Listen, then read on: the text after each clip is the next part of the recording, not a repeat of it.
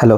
അപ്പം ഇന്നലത്തെ CSK versus DC match. അപ്പം ഞാൻ അതിനെപ്പറ്റി ഓൾറെഡി ഒരു വീഡിയോ ചെയ്തതാണ്. അതും നമ്മുടെ സഞ്ജുവിൻ്റെ ബാറ്റിങ്ങിനെയൊക്കെ പറ്റിയായിരുന്നു. പക്ഷേ എൻ്റെ ഒരു ബേസിക്കലി ഒരു സ്വഭാവം വെച്ചിട്ട് എനിക്ക് ഒരാളുടെ ഒരു ഇന്നിങ്സ് ഇഷ്ടപ്പെട്ട് കഴിഞ്ഞാൽ ഞാനത് വീണ്ടും വീണ്ടും ഇരുന്ന് കാണും. അപ്പോൾ അങ്ങനെ കണ്ടുകൊണ്ടിരുന്ന വഴിക്ക് ഞാൻ സഞ്ജുവിൻ്റെ പോസ്റ്റ് മാച്ച് പ്രസൻറ്റേഷൻ കാണാൻ ഇടയായി. അപ്പോൾ അതിൻ്റെ അകത്ത് പറഞ്ഞ കുറച്ച് കാര്യങ്ങൾ എനിക്ക് സ്ട്രൈക്കായി. അപ്പോൾ അത് ഞാൻ എന്തായാലും ഒന്ന് എല്ലാവരോടും ഒന്ന് പങ്കുവയ്ക്കാമെന്ന് ഓർത്തിട്ടാണ് ഞാനിപ്പോൾ ഈ വീഡിയോ ചെയ്യുന്നത്. അപ്പം അതായത് പ്രസൻറ്റേഷൻ്റെ സമയത്ത് ആങ്കർ സഞ്ജുവിനോട് ചോദിച്ചു, നിങ്ങൾക്ക് ഇന്ന് സെഞ്ചുറി അടിക്കാത്തതിൽ നിരാശയുണ്ടോ എന്നുള്ള രീതിയിൽ ഒരു ചോദ്യം ചോദിച്ചു. അപ്പം സഞ്ജു പറഞ്ഞതെന്ന് വെച്ച് കഴിഞ്ഞാൽ ആർക്കാണ് സെഞ്ചുറി അടിക്കാത്തതിൽ നിരാശ തോന്നാത്തത് എന്നുള്ള രീതിയിൽ പറഞ്ഞിട്ട് പുള്ളി പറഞ്ഞു, ഇപ്പോൾ ഇന്ന് പുള്ളിക്ക് സെഞ്ചുറി അടിക്കണമെന്നുണ്ടായിരുന്നെങ്കിൽ പുള്ളി കുറച്ച് സ്വാർത്ഥനാകേണ്ടിയിരുന്നു. കാരണം മറ്റൊന്നുമല്ല, അപ്പുറത്തെ സൈഡിൽ നല്ല രീതിയിൽ ബാറ്റ് ചെയ്തുകൊണ്ടിരിക്കുന്ന പുള്ളിയുടെ പാർട്ണർ കാർത്തിക് ശർമ്മ പുള്ളിയോട് പോയി പറയേണ്ടിയിരുന്നു, ബ്രദർ എനിക്കൊരു സിംഗിൾ ഇട്ട് തരൂ, എനിക്ക് സെഞ്ചുറി അടിക്കാനാണ്. അപ്പോൾ അങ്ങനെ പറയാൻ പുള്ളി ആഗ്രഹിച്ചിരുന്നില്ല എന്നാണ് പറയുന്നത്. അപ്പം പുള്ളി ആ സമയത്ത് പുള്ളിയുടെ മനസ്സിൽ വന്ന കാര്യം എന്ന് പറഞ്ഞത്, സെഞ്ചുറി അടിക്കുന്നതിനെക്കാട്ടിലും കൂടുതൽ സന്തോഷവും കൂടുതൽ സാറ്റിസ്ഫാക്ഷനും നൽകുന്നത്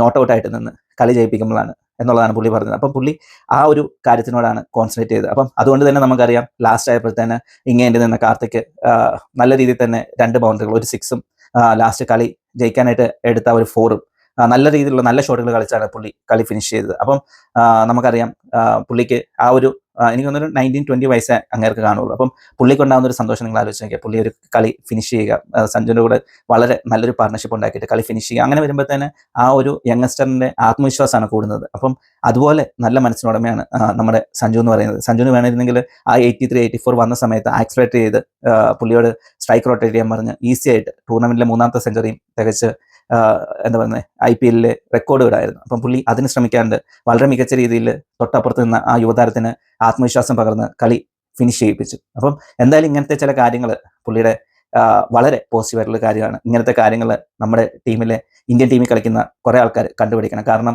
അവിടെ ഇവർ കളിക്കുന്നത് പേഴ്സണൽ മൈൽ സ്റ്റോണിന് വേണ്ടിയിട്ടാണ്. അതാണ് നമ്മുടെ സഞ്ജുവിനെയും ബാക്കിയുള്ള കളിക്കാരെയും തമ്മിൽ മാറ്റി നിർത്തുന്ന ആ ഒരു ഫാക്ടർ എന്ന് പറയുന്നത്. അത് ഞാൻ ഇപ്പോഴും പറയുന്നു, സഞ്ജു ഒരു എന്താ പറയുക, പുള്ളിയുടെ മൈൽ സ്റ്റോൺസിന് വേണ്ടി, പേഴ്സണൽ മൈൽ സ്റ്റോൺസിന് വേണ്ടിയിട്ട് കളിക്കുന്നത് ഇന്ന് വരെ എൻ്റെ ഓർമ്മയിൽ നിൽക്കുന്ന ഒരു കളി ഞാൻ കണ്ടിട്ടില്ല. അപ്പം എന്തായാലും പുള്ളിക്ക് നല്ലതേ വരും, നല്ലത് വരട്ടെ.